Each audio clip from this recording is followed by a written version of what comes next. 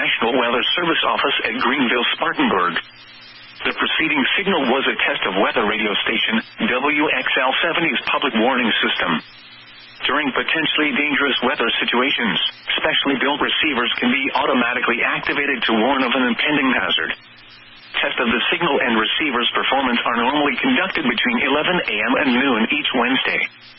If there had been a threat of severe weather, the test would have been postponed until the next available good weather day. Reception of this broadcast, and the warning alarm, will vary at any given location. This variability, normally more noticeable at greater distances from the transmitter, can occur even though you are using a good quality receiver, in good working order.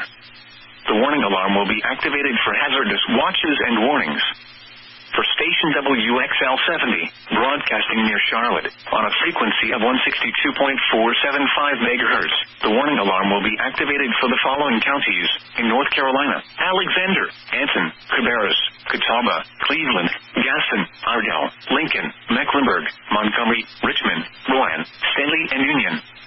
In South Carolina: Cherokee and York. This concludes the NOAA Weather Radio All Hazards Tone Alert Test.